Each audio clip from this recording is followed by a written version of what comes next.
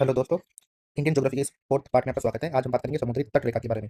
Ocean से कितनी boundary लगती है अपनी, इसके बारे में बात करेंगे। तो कुल समुद्री तट रेखा याद रखना है आपको, 7516 कितनी है, 7516 किलोमीटर है। मुख्य भूमि की तट रेखा आपकी 6100, ये आपकी मुख्य भूमि है। इसकी तट रेखा आपकी 6100 और कुल समुद्री तट रेखा होगी आपकी 7516 किलोमीटर। 9 राज्यों के साथ लगती है ये और 4 यूटीज के साथ लगती है। 9 राज्य प्लस 4 यूटी शामिल है समुद्री तट रेखा के अंदर। 4 जो यूटीज है यानी कि केंद्र शासित प्रदेश है वो आपकी पुडुचेरी, दमन and Diu, Haveli, Andaman and Nicobar और लक्षद्वीप। यहाँ पे लक्षद्वीप, यहाँ पे अंडमान निकोबार, यहाँ पे पुडुचेरी और यहाँ पे दादर नगर हवेली। अब लॉन्गेस्ट कोस्ट लाइन किसके साथ लगती है, तो गुजरात के साथ लगती है। लॉन्गेस्ट कोस्ट लाइन किसके साथ लगती है, लॉन्गेस्ट समुद्री तट रेखा लगती है गुजरात के साथ, 1600 किलोमीटर है। शॉर्टेस्ट कोस्ट लाइन किसके साथ लगती है, वो है गोवा की 100 किलोमीटर। कितनी है, गोवा की 100 किलोमीटर और सबसे लंबी है गुजरात की 1600 किलोमीटर। इसके बाद बात करते हैं तटीय सीमा, 12 नॉटिकल माइल तक होती है। कितनी माइल तक होती है तटीय सीमा, जो आपको ए एरिया दिखता है यहाँ से लेकर यहाँ तक, वो है आपकी 12 नॉटिकल माइल तक, यानी कि लगभग 22 किलोमीटर बोल सकते हैं। पूरी तट एंड पश्चिमी तट की बात करें, पूरी तट में आते हैं आपके कच्छ एंड काठियावाड़ी तट, कोंकण, कन्नड़ तट और मालाबार तट। पश्चिमी आते हैं आपके कोरोमंडल, उत्तरी सरकार तट, उड़ीसा और सुंदरबन तट।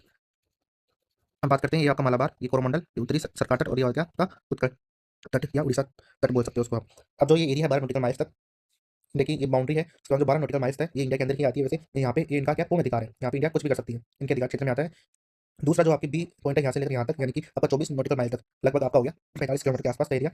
ये क्या यहाँ पे राजकीय सीमा शुल्क लगा सकता है, राजकोष में वो टैक्स लगा सकता है इंडिया। यहाँ पे यहाँ से यदि कोई जहाज जाता है तो यहाँ पे टैक्स लगा सकता है। इस वाली जगह 12 नॉटिकल माइल्स तक, ये वाली जगह पे क्या पूर्ण पूरा अधिकार है, उसको गिरा भी सकता है, उसमें टेक कर सकता है, लेकिन यहाँ पे क्या है सिर्फ टैक्स लगा सकता है। फिर आता है तीसरा सी रीजन आता है ईईजेड, जिसको बोलते हैं अनलैंड आर्थिक जोन।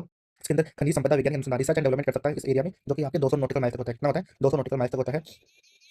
ये जो टोटल एरिया हो गया 200 नॉटिकल माइल्स हो गया, वो ई जेड का टोटल एरिया हो गया 176 नॉटिकल माइल्स हो गया। उसके बाद में ई जेड के बाद में आपका आता है उच्च सागर, जिसको समुद्र बोलते हैं, जिसको क्या है सभी राष्ट्र सम्मान करते हैं। यहाँ पे आराम से जहाज जा सकते हैं, आ सकते हैं, कोई भी टैक्स वगैरह, कोई भी कंट्री जो इस कंट्री के पास में कोई भी यहाँ पे वैज्ञानिक अनुसंधान नहीं कर सकता है। ये सबका ही है। धन्यवाद।